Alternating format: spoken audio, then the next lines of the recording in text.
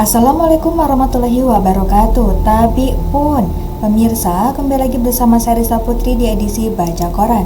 Baik pemirsa, informasi terkini dilansir dari sumek.id dengan headline: Dua pelaku bajing loncat di Jalin Tim Palembang Indralaya berhasil ditangkap Polsek Pemulutan, dua lagi masih DPO.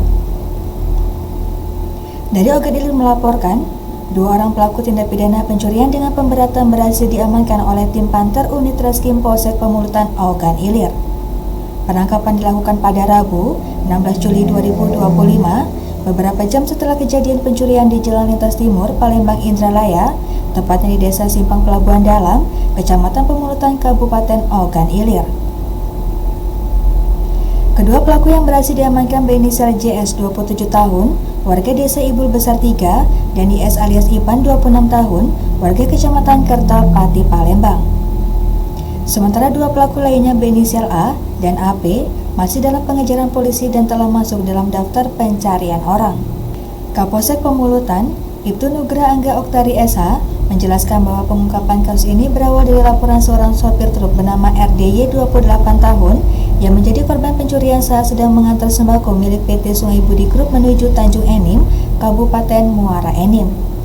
Korban menyadari terpal truk telah disayat ketika ada pengemudi lain yang memberi kode.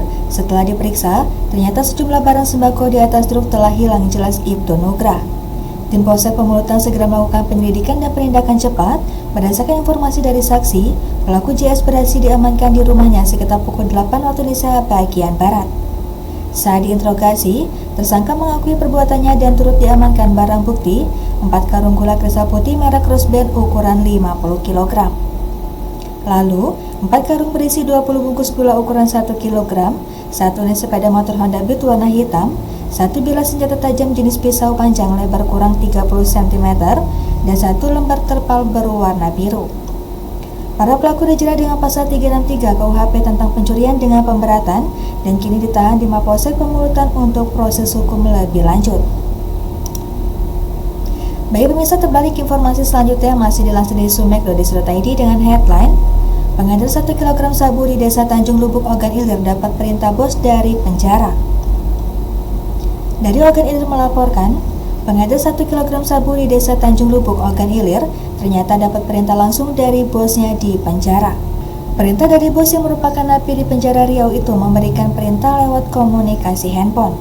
Handphone yang kita amankan akan kita dalami isi komunikasinya serta jaringan pemasoknya, ujar PS Kasat Narkoba Polres Ogan Ilir, Ibtu Asuri Atmaja, Rabu 16 Juli 2025.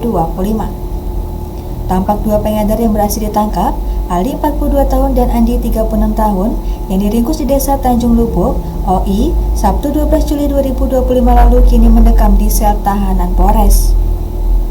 Hasil tangkapan kali ini, Satgas Narkoba Polres Ogan Ilir sukses mengamankan sabu seberat 1 kg. Ali dan temannya Andi ini kerap mangkal di sebuah pondok di Desa Tanjung Lubuk, Kecamatan Indralaya Selatan, Ogan Ilir untuk menunggu pelanggannya.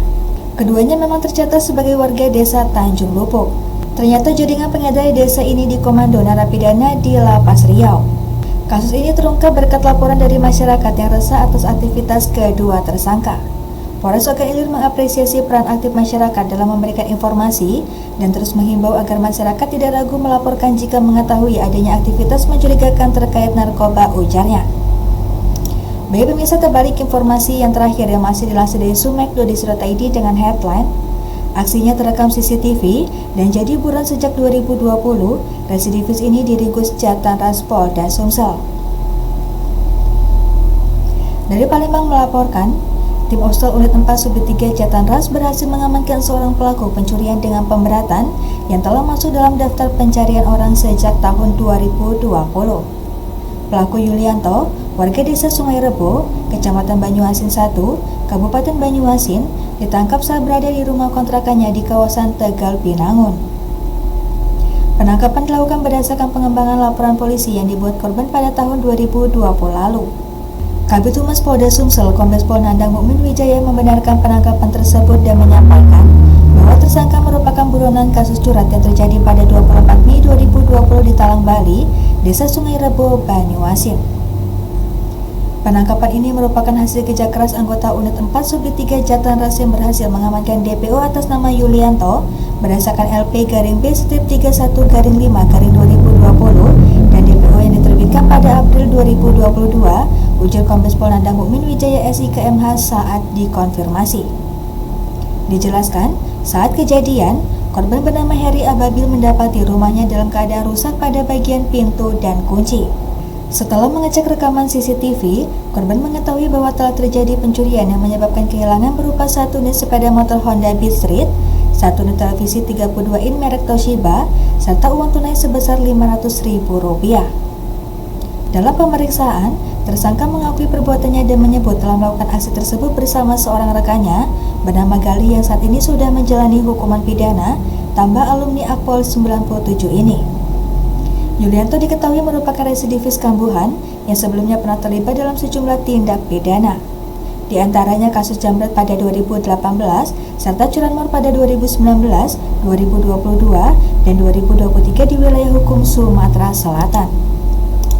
Baik pemirsa, demikian edisi Bacokan ini. Sampai jumpa di edisi Bacokan selanjutnya. Saya Rista Putri pamit undur diri. Wassalamualaikum warahmatullahi wabarakatuh.